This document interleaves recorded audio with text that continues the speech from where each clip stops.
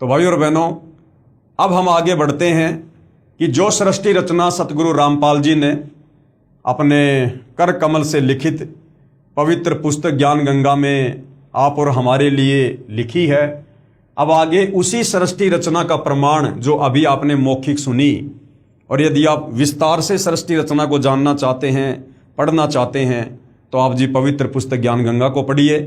Google पर जाकर ज्ञान गंगा की PDF को आप जी डाउनलोड कीजिएगा, या दास के द्वारा बनाए जा रहे सारे वीडियो देखिएगा, आप भली भांति समझ जाएंगे। तो जो सृष्टि रचना 5वें वेद सूक्ष्म वेद से प्रमाणित करके सतगुरु रामपाल जी ने पवित्र पुस्तक ज्ञान गंगा में लिखी है, हमारे अन्य धर्म ग्रंथ भी उसको समर्थन दे रहे हैं। पवित्र श्रीमद् देवी महापुराण में सृष्टि रचना का प्रमाण, यानी दुर्गा पुराण में भी सृष्टि रचना का प्रमाण ज्यों का त्यों है। ब्रह्मा विष्णु तथा शिव के माता पिता, ब्रह्मा विष्णु महेश के माता पिता कौन है, श्रीमद् देवी महापुराण भी समर्थन दे रही है। दुर्गा और ब्रह्म, दुर्गा कौन है? ये वही है जिसने सर्वप्रथम सतलोक में इस ब्रह्म यानी काल के साथ, ज्योति निरंजन के साथ आने के लिए हाथ खड़ा किया था। तो ये दुर्गा और जो ब्रह्म है, इन दोनों का आपस में जो संबंध है वो पति और पत्नी का है।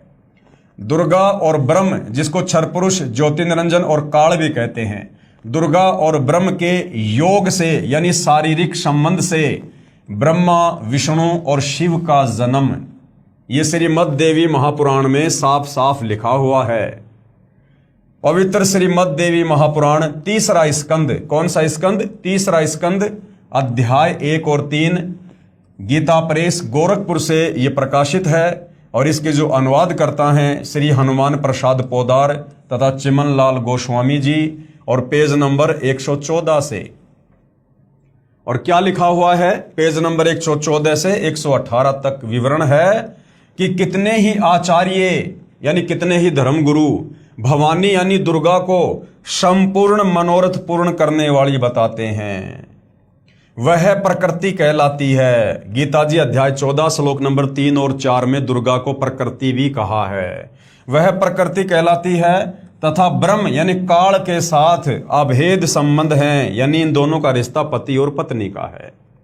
जैसे पत्नी को अर्धांगिनी भी कहते हैं, अर्थात दुर्गा यानी ब्रह्म यानी काल की पत्नी है। दुर्गा कौन है? इस काल की पत्नी है। ब्रह्म क्षर पुरुष की पत्नी है।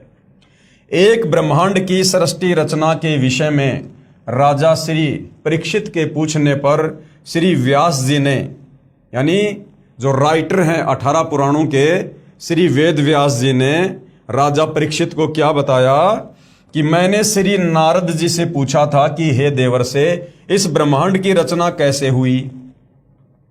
एक बार राजा परीक्षित ने श्रीमद् देवी महापुराण के लेखक श्री वेद व्यास जी से सृष्टि रचना के विषय में पूछा कि भगवान ये सृष्टि की रचना कैसे हुई है, ये ब्रह्मांड, ये तारे सितारे चांद, ये तीनों देवता ब्रह्मा विष्णु महेश इंद्र अन्य देवी देवता, ये सब कैसे उत्पन्न हुए, सारी सृष्टि को कौन चला रहा है, कोई तो परम शक्ति है। तो श्री वेद व्यास जी ने सृष्टि रचना के बारे में कहा कि यही सवाल मैंने एक बार श्री नारद जी से किया था, और श्री नारद जी ने मुझे बताया कि मैंने मेरे पिता ब्रह्मा जी से इसी सृष्टि रचना के बारे में पूछा था। मैंने श्री नारद जी से पूछा था कि हे देवर से इस ब्रह्मांड की रचना कैसे हुई, यानी सृष्टि रचना कैसे हुई।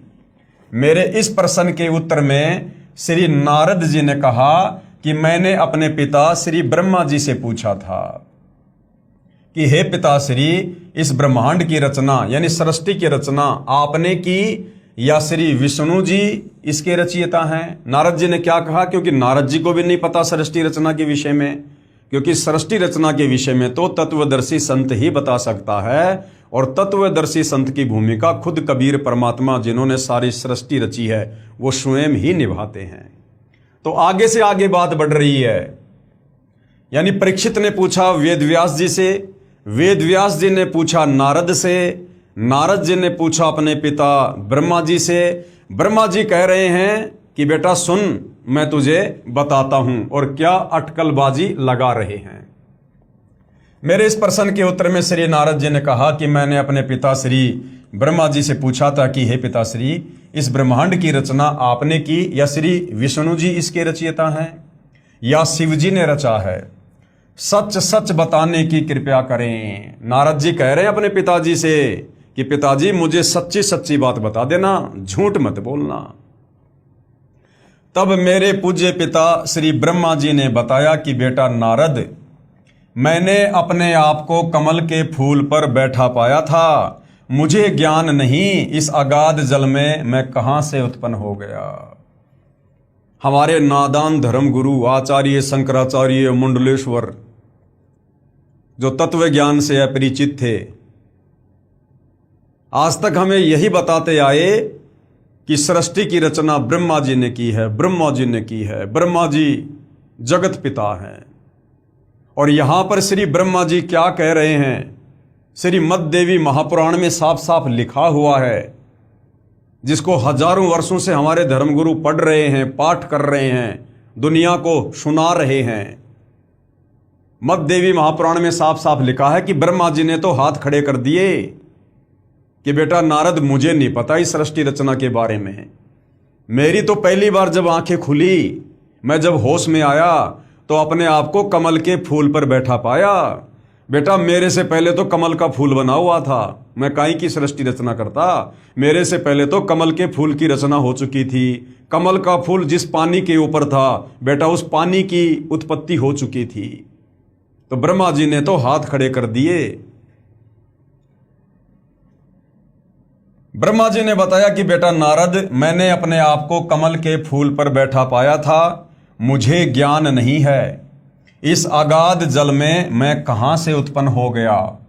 1000 वर्ष तक पृथ्वी का अन्वेषण करता रहा। क्या कह रहे हैं ब्रह्मा जी कि बेटा नारद, मैं तो खुद 1000 साल तक जिस कमल के फूल के ऊपर बैठा हुआ था ना, जो कमल का फूल उस पानी के ऊपर था, चारों तरफ जल ही जल था। बेटा 1000 साल तक तो मुझे लग गए खोजने में धरती, लेकिन मुझे पृथ्वी दिखाई नहीं दी, कहीं जल का और छोर नहीं पाया। फिर आकाशवाणी हुई कि तप करो। फिर ब्रह्मा जी को इस क्षर पुरुष ने, इस ब्रह्म ने, इस काल ने आकाशवाणी की कि तप करो, तप करो। 1000 वर्ष तक तप किया। फिर सृष्टि करने की आकाशवाणी हुई। इतने में मधु और कैटब नाम के 2 राक्षस आए। इतने में क्या हुआ? श्री ब्रह्मा जी को 2 राक्षस अपनी ओर आते हुए दिखाई दिए, मधु और कैटब नाम के। उनके भय यानी डर से मैं कमल का डंठल पकड़कर नीचे उतर गया। वहां भगवान विष्णु जी शेष सैया पर अचेत पड़े थे। ब्रह्मा जी क्या कह रहे हैं कि बेटा उन दोनों राक्षसों के डर से, मधु और कैटब के डर से मैं कमल का डंठल पकड़ के नीचे उतर गया फटाफट। और नीचे जब मैंने देखा तो क्या देखा? शेष सैया पर भगवान विष्णु अचेत लेटे हुए हैं, बेहोश थे। इतने में मधु और कैटब नाम के 2 राक्षस आए। उनके भय से मैं कमल का डंठल पकड़कर नीचे उतरा। वहां भगवान विष्णु जी शेष सैया पर यानी शेष नाग की सैया पर अचेत पड़े थे। उनमें से एक स्त्री प्रेतवत प्रविष्ट दुर्गा निकली। क्या कह रहे हैं ब्रह्मा जी कि विष्णु के अंदर से एक स्त्री निकली भूत की तरह। कौन थी वो? दुर्गा, इनकी मां। वह आकाश में आभूषण पहने दिखाई देने लगी। तब भगवान विष्णु होश में आए। अब मैं तथा विष्णु जी 2 थे।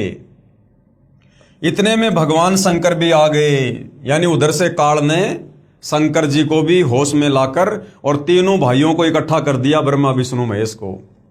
देवी ने हमें विमान में बैठाया तथा ब्रह्मलोक में ले गई। वहां एक ब्रह्मा, एक विष्णु तथा एक शिव और देखा। ये तीनों ब्रह्मा विष्णु महेश क्या कह रहे हैं? ब्रह्मा जी बता रहे हैं कि वो देवी दुर्गा हमारे को एक सुंदर विमान में बैठाकर ब्रह्मलोक में ले गई।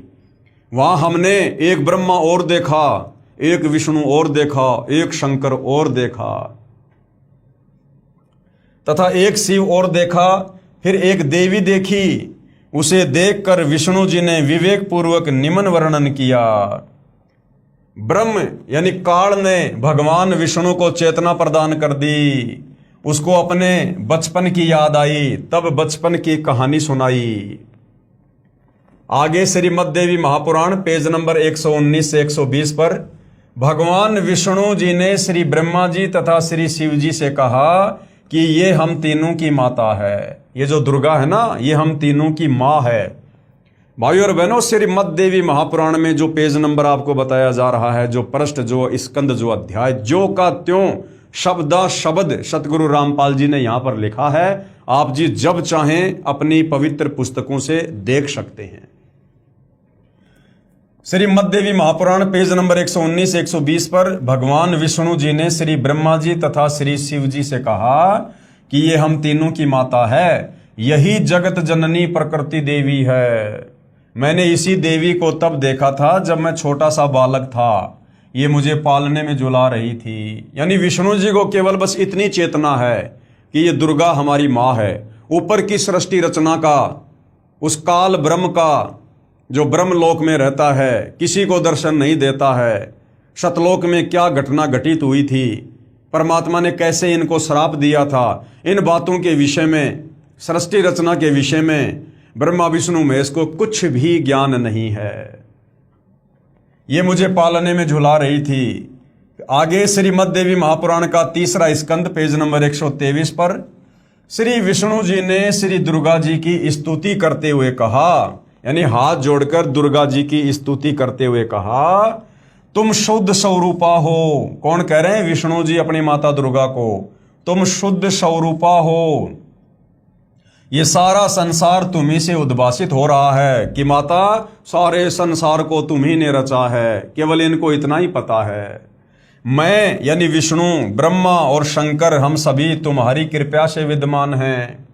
हमारा आविर्भाव, हमारा यानी ब्रह्मा विष्णु और शंकर, हम तीनों का हमारा आविर्भाव यानी जन्म और तिरोभाव यानी मृत्यु हुआ करता है। अब भाइयों और बहनों, ऐसे हम धोखा खा गए। हमारे पूर्वज अनपढ़ थे, अशिक्षित थे, संस्कृत भाषा से अपरिचित थे, और ये हमारे जितने भी धर्मशास्त्र थे ये आज से पहले संस्कृत भाषा में थे। और ये जितने भी अपने आप को विद्वान समझा करते थे, संस्कृत के ज्ञाता, इनको संस्कृत का ज्ञान था, लेकिन इनको तत्व ज्ञान नहीं था। और तत्व ज्ञान के बिना चाहे संस्कृत क्या, चाहे कोई भी भाषा आपको आती हो, आप अध्यात्म के विषय में नहीं जान सकते, धर्मशास्त्रों का निष्कर्ष नहीं निकाल सकते। तो ये लोग हमें सुनाया करते थे, तो हम क्या सोचते थे, भाई पता नहीं आविर्भाव क्या होता होगा। तो आविर्भाव का मतलब है जन्म। तो तीनों देवता स्वीकार कर रहे हैं कि हमारा आविर्भाव यानी जन्म होता है ब्रह्मा विष्णु महेश का, और तिरोभाव यानी हमारी तो मृत्यु भी हुआ करती है। अर्थात हम तीनों देव ब्रह्मा विष्णु महेश नाशवान हैं। नाशवान यानी जिसका जन्म और मरण होता है। केवल तुम ही नित्य अविनाशी हो। विष्णु जी कह रहे दुर्गा जी को, माता तुम ही अविनाशी हो, क्योंकि इन तीनों देवताओं को दुर्गा से ऊपर कुछ पता ही नहीं है, इनकी आंखें बंद हैं। इसलिए कह रहे हैं कि माता दुर्गा तुम अविनाशी हो, जगत जननी हो, प्रकृति देवी हो। जबकि सृष्टि रचना से हमें कबीर परमेश्वर जी ने बताया कि दुर्गा को कबीर परमेश्वर जी ने अपनी वचन शक्ति से सतलोक में उत्पन्न किया था। फिर आगे भगवान शंकर जी क्या बोले दुर्गा जी को, देवी यदि महाभाग विष्णु तुम्ही से प्रकट यानी उत्पन्न हुए हैं, तो उसके बाद उत्पन्न होने वाले ब्रह्मा भी तुम्हारे बालक हुए। फिर मैं तमोगुणी लीला करने वाला शंकर क्या तुम्हारी संतान नहीं हुआ? अर्थात मुझे भी उत्पन्न करने वाली यानी जन्म देने वाली तुम ही हो। अब गुरुदेव कह रहे हैं कि पुण्यात्माओं विचार करो। उपरोक्त विवरण से सिद्ध हुआ, यानी श्रीमद् देवी महापुराण का जो ये लेख हमने पढ़ा है, इस उपरोक्त विवरण से ये सिद्ध हुआ कि श्री ब्रह्मा जी, श्री विष्णु जी और श्री शिव जी नाशवान हैं। इनका जन्म और मरण है। मृत्युंजय अर्थात अजर अमर व सर्वेश्वर नहीं है। सर्वेश्वर यानी सबके ऊपर भगवान। ये ब्रह्मा विष्णु महेश ये ना तो अजरो अमर हैं, इनकी जन्म होती है, इनका मृत्यु होती है, और ये सर्वेश्वर भी नहीं है। तथा दुर्गा यानी प्रकृति के पुत्र हैं, तथा ब्रह्म यानी काल सदाशिव इनका पिता है। तो ब्रह्मा विष्णु महेश की मां भी साबित हो गई दुर्गा, ब्रह्मा विष्णु महेश का पिता भी साबित हो गया ये काल, और ये भी साबित हो गया कि ब्रह्मा विष्णु महेश तो जन्म और मरण में हैं, ये नाशवान हैं। आगे श्रीमद् देवी महापुराण का तीसरा स्कंद पेज नंबर 125। इस पर ब्रह्मा जी के पूछने पर कि हे माता, वेदों में जो ब्रह्म कहा है वह आप ही हैं या कोई अन्य भगवान है? क्योंकि काल के आदेश से दुर्गा ने समुद्र मंथन के दौरान ब्रह्मा जी को चारों वेद दिए, ब्रह्मा जी ने वेदों को पढ़ा और वेदों में ब्रह्मा जी ने देखा भाई कोई ब्रह्म है, कोई और ब्रह्म है। तो ब्रह्मा जी ने अपनी माता दुर्गा से पूछा कि माता, जो वेदों में जो ब्रह्म नाम है वो आप ही हैं या कोई और है? वेदों में जो ब्रह्म है वह आप ही हैं या कोई अन्य भगवान है? इसके उत्तर में यहां तो दुर्गा कह रही है कि मैं तथा ब्रह्म एक ही हैं। दुर्गा गोल मटोल कर रही है, काल के डर से हकीकत नहीं बता रही, सच्चाई नहीं बता रही। और क्या कह रही है कि बेटा मैं और वो जो ब्रह्म है ना जो वेदों में, वो एक ही हैं। फिर इसी स्कंद अध्याय 6 के पेज नंबर 129 पर कहा है कि अब मेरा कार्य सिद्ध करने के लिए विमान पर बैठकर तुम लोग शीघ्र पधारो, यानी जाओ, कोई कठिन कार्य उपस्थित होने पर जब तुम मुझे याद करोगे तब मैं सामने आ जाऊंगी। देवताओं यानी ब्रह्मा विष्णु महेश, मेरा यानी दुर्गा का तथा ब्रह्म का ध्यान तुम्हें सदा करते रहना चाहिए। अब ऊपर तो दुर्गा कह रही है कि बेटा वो ब्रह्म और मैं दोनों एक ही हैं, और यहां दो अलग अलग साबित कर दिए, यानी देवताओं यानी ब्रह्मा विष्णु महेश, मेरा यानी दुर्गा का तथा ब्रह्म का ध्यान तुम्हें सदा करते रहना चाहिए। यहां पर दो साबित कर दिए, यानी दुर्गा इस ब्रह्म से अलग है, काल की पत्नी है। ये ब्रह्म कौन है? ये काल है और ये दुर्गा इसकी पत्नी है। तो अब क्या कह रही है कि देवताओं, मेरा यानी दुर्गा का तथा ब्रह्म का ध्यान तुम्हें सदा करते रहना चाहिए। अगर भाई ब्रह्म और दुर्गा एक ही थी तो फिर यहां पर फिर ये ब्रह्म का ध्यान करने के लिए क्यों बोल रही है? भाई हम दोनों का सुमरण करते रहोगे तो तुम्हारे कार्य सिद्ध होने में तनिक भी संदेह नहीं है। हम दोनों का, इसका मतलब ये दो अलग अलग हैं, ब्रह्म और दुर्गा दोनों अलग अलग हैं।